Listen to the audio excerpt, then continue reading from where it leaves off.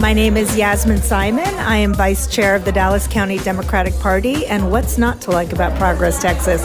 It's the voice of progressives and Democrats in Texas. My name is Cardall Coleman, Chair of the Dallas County Democratic Party, and I like Progress Texas because they're on the front lines of messaging for our state. First line of defense, the front line of defense.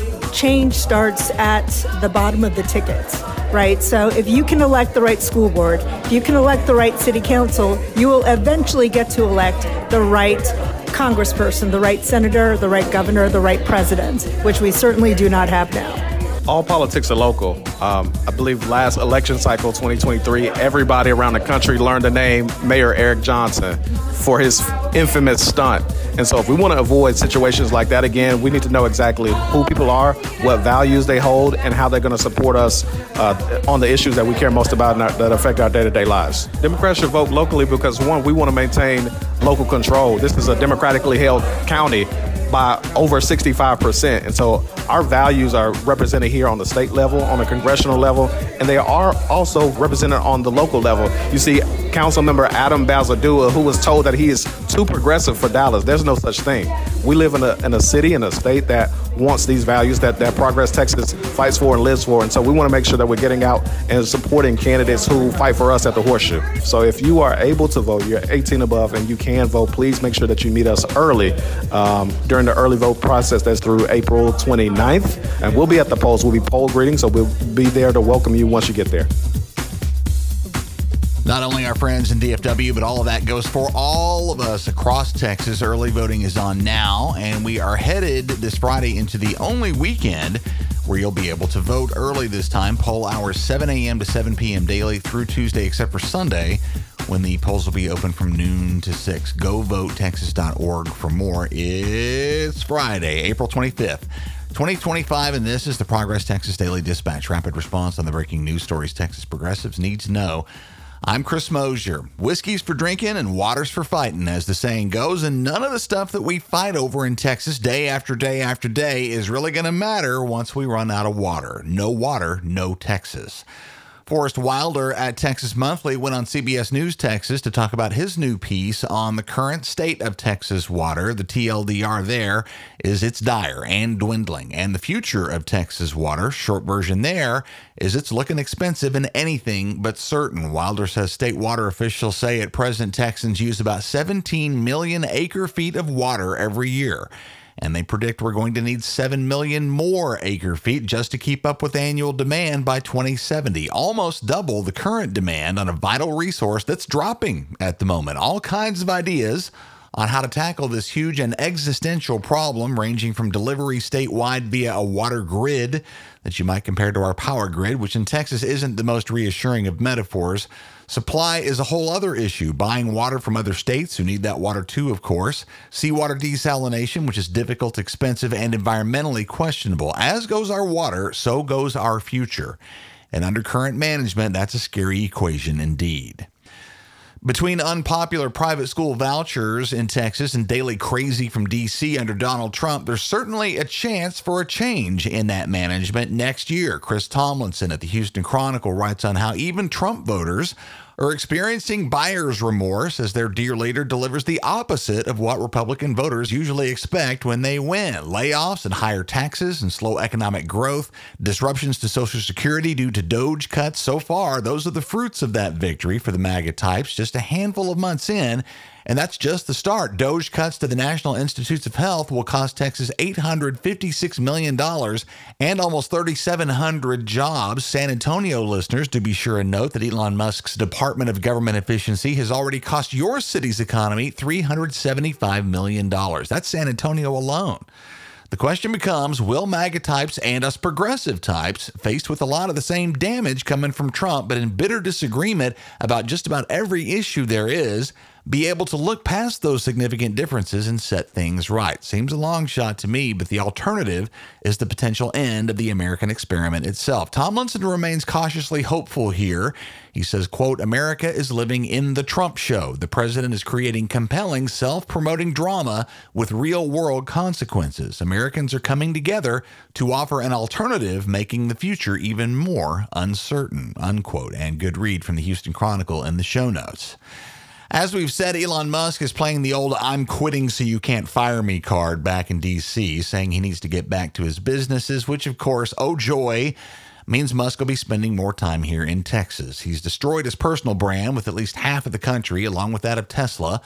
All of that said, our least popular Texas transplant's impact on the Lone Star State physically is literally visible from orbit. Business Insider has an essay of satellite images of Musk's various massive and environmentally indifferent business facilities in Texas. Considering what we know about both the SpaceX facility in Cameron County and the Tesla Gigafactory in East Austin, Musk's unfettered expansion in our state is anything but happy news, but appears to be here to stay for now.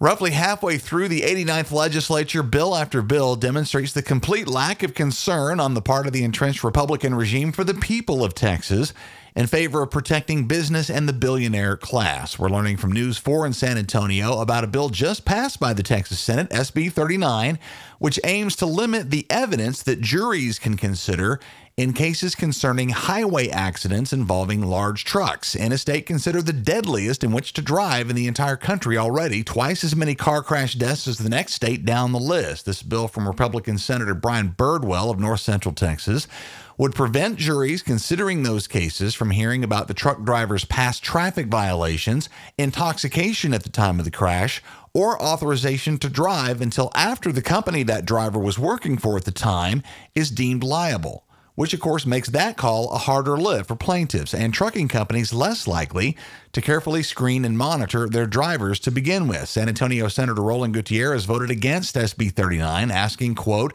"Do you think our roads will be safer or less safe?" unquote. And while the answer is obvious, this bill passed almost on party lines, but once again, a defector from the Democrats, Senator Juan Chuy Hinojosa, thinks it's a good idea to allow lawyers to hide information about truck drivers from juries, considering cases in which innocent Texans have been injured or killed in truck crashes. This has kind of become a recurring theme this week. Also, precious ledge time brilliantly spent on super important stuff by your Republican heroes at the Capitol. Jess Huff at the Texas Tribune says we're moving closer to officially recognizing Donald Trump's changing of the name of the Gulf of Mexico to the Gulf of America. Senator Mays Middleton of Galveston is the Trump bootlicker behind Senate Bill 1717, which of course passed, but thank God on an actual 20-11 party line vote this time. It would require that that body of water's name be changed in every official reference made by a state agency, resolution, rule, or publication. We see the whole Gulf of America thing as a loyalty test, and not an especially innovative one either. Autocrats commonly trot out ridiculous shit to see who'll join in on the charade out of loyalty. What this vote really shows is that all 20 Republican Texas senators are willing to follow the increasingly erratic Donald Trump right over a cliff. A change in management is long overdue. 4 of those Trump toadies, by the way, Tan Parker, Pete Flores, Brent Hagenbuch, and Kevin Sparks, are up for re-election in 2026 in what lately have been considered safe Republican districts. SB 1717 heads for the House.